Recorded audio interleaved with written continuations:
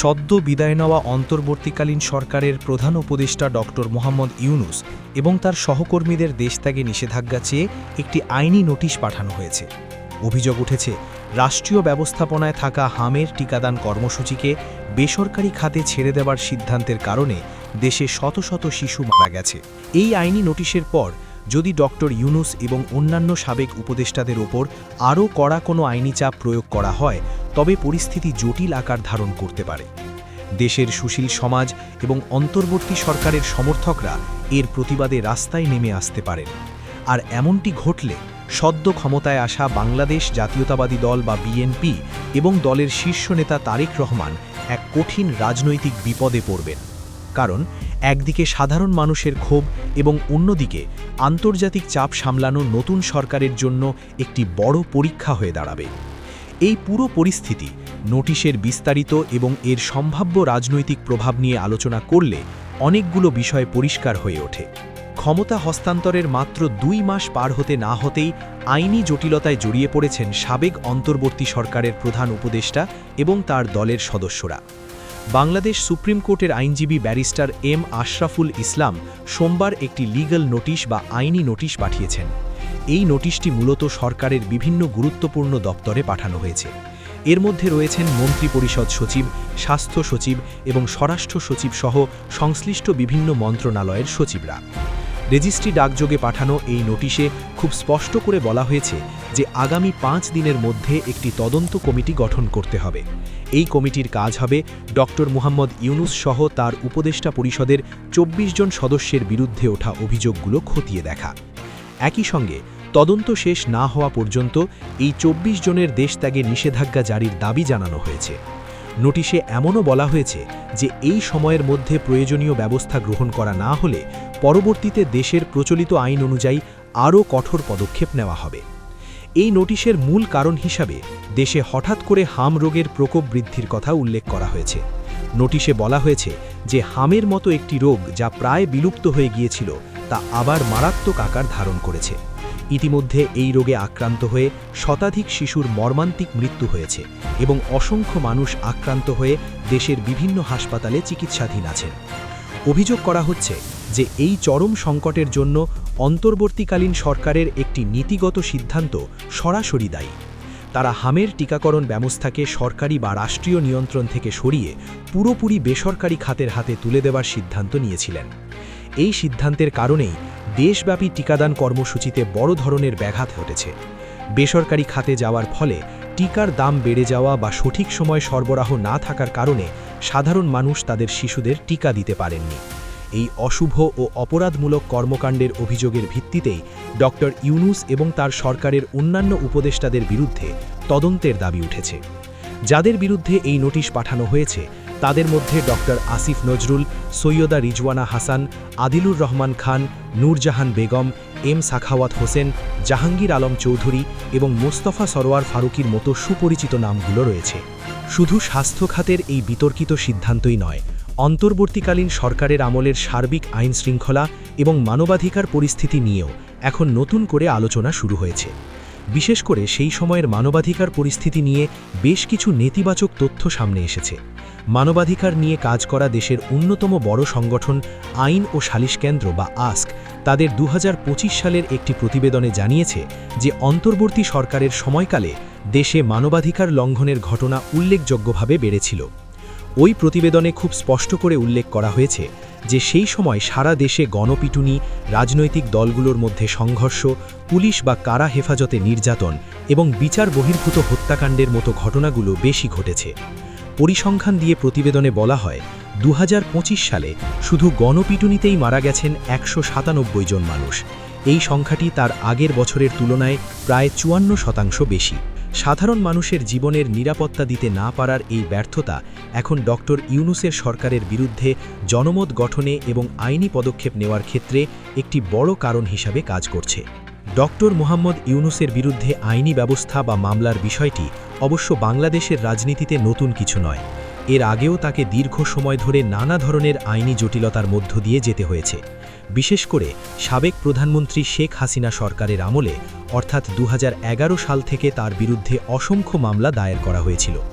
Doctor Yunus এবং তার দেশি বিদেশি সমর্থকরা সবসময় দাবি করেছিলেন যে এসব মামলা ছিল রাজনৈতিক উদ্দেশ্য প্রণোদিত এবং তাকে ব্যক্তিগতভাবে হয়রানি করার জন্যই এগুলো করা হয়েছিল।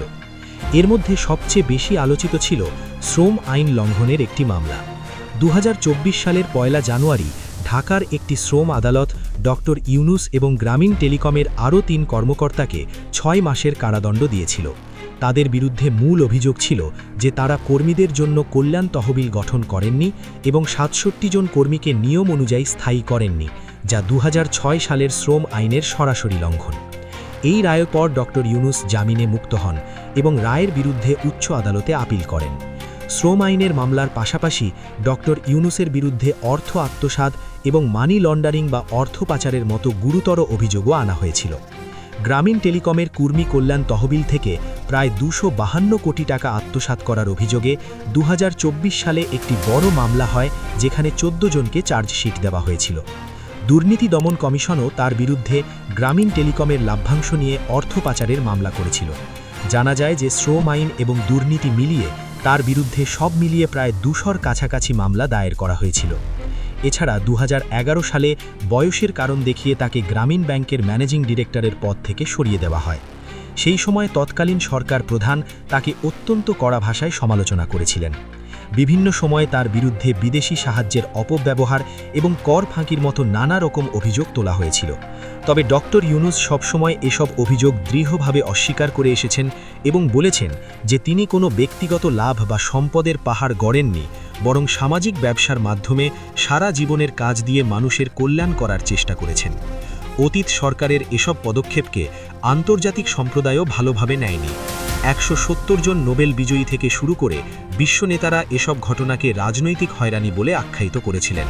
2024 সালের অগস্ট মাসের পর দেশের রাজনৈতিক পট পরিবর্তনের পর ডক্টর ইউনূস যখন অন্তর্বর্তীকালীন সরকারের প্রধান উপদেষ্টা হিসাবে দায়িত্ব গ্রহণ করেন, তখন তার বিরুদ্ধে থাকা আগের অনেক মামলার কার্যক্রম থেমে যায় বা গতি হারিয়ে ফেলে। কিন্তু এখন ত্রয়োদশ জাতীয় সংসদ নির্বাচনের মাধ্যমে বাংলাদেশ জাতীয়তাবাদী দল বা বিএনপি 2/3 বেশি বিশাল ম্যান্ডেট নিয়ে দেশের শাসন ক্ষমতায় আসার পরপরই পরিস্থিতি আবারও বদলে গেছে। অন্তর্বর্তী সরকার ক্ষমতা হস্তান্তর করার মাত্র 2 মাস পরই এখন আগের সেই পরিচিত আইনি চাপের ছায়া আবারও ডক্টর ইউনূসকে ঘিরে ধরছে। কিন্তু এবারের প্রেক্ষাপট ভিন্ন। এবার আর শুধু শ্রম আইন বা গ্রামীণ ব্যাংক নয়, বরং দেশ পরিচালনার সময় নেওয়া নীতিগত সিদ্ধান্ত, বিশেষ করে শিশুদের টিকার মতো স্পর্শগত বিষয় এবং মানবাধিকার পরিস্থিতি নিয়ে তাকে কাঠগড়ায় দাঁড় করানোর চেষ্টা চলছে। এই নতুন আইনি নোটিশ এবং সম্ভাব্য তদন্তের দাবি বর্তমান রাজনৈতিক প্রেক্ষাপটে অত্যন্ত তাৎপর্যপূর্ণ। এখন যদি এই আইনি নোটিশের সূত্র ধরে সরকারের সংশ্লিষ্ট মন্ত্রণালয়গুলো সত্যি সত্যিই ডক্টর ইউনূস এবং অন্যান্য উপদেষ্টাদের বিরুদ্ধে দেশত্যাগে নিষেধাজ্ঞা জারি করে বা তাদের বিরুদ্ধে কঠোর কোনো আইনি ব্যবস্থা নেয়, তবে তার প্রভাব হবে সুদূরপ্রসারী। ডক্টর ইউনূস আন্তর্জাতিকভাবে একজন অত্যন্ত সম্মানিত এবং প্রভাবশালী ব্যক্তি। অন্তর্বর্তী সরকারের প্রধান হিসাবে দায়িত্ব পালনের সময় তিনি দেশের ভেতরেও অনেক সাধারণ মানুষ, বিশেষ করে তরুণ সমাজ, শিক্ষার্থী এবং সুশীল সমাজের একটি বড় অংশের সমর্থন পেয়েছিলেন। তাই তার বিরুদ্ধে পুনরায় কোনো কঠোর ব্যবস্থা নেওয়া হলে এই সমর্থকরা চুপ করে বসে থাকবেন না। তারা মনে করবেন যে নতুন সরকারও পুরনো সরকারের পথেই হাঁটছে। এর প্রতিবাদে তারা বড় ধরনের আন্দোলন গড়ে তুলতে পারেন এবং রাস্তায় নেমে আসতে পারেন।